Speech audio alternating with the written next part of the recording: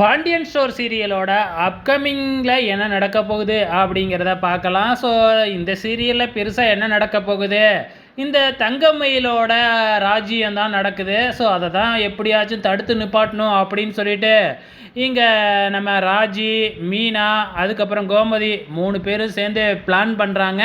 இந்த ராஜியும் மீனாவும் நம்ம கோமதியை பயங்கரமாக ஏற்றி விட்றாங்க. நீங்கள் தானே மாமியார், மாமியார் மாதிரி நடந்துக்குங்க அப்படி இப்படின்னு சொல்லி அப்படியே உசுப்பேற்றி விட்றாங்க.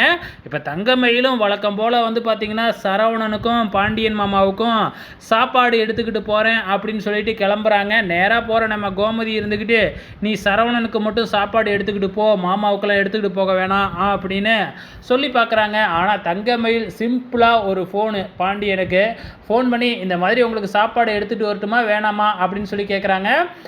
உனக்கு வந்து ஏதாச்சும் வேலை இருந்ததுன்னா எடுத்துகிட்டு வர வேணாமா அப்படின்னு சொல்கிறாப்புல நம்ம பாண்டியன். ஆனால் தங்கமயில் இருந்துக்கிட்டு, எனக்கு ஒரு வேலையும் இல்லை மாமா, நானே வரேன் அப்படின்னு நம்ம கோமதி அவ்வளோ சொல்லியும் கேட்காம கிளம்பி போயிடுறாங்க. கோமதியால் அதுக்கப்புறம் எதுவுமே சொல்ல முடியல.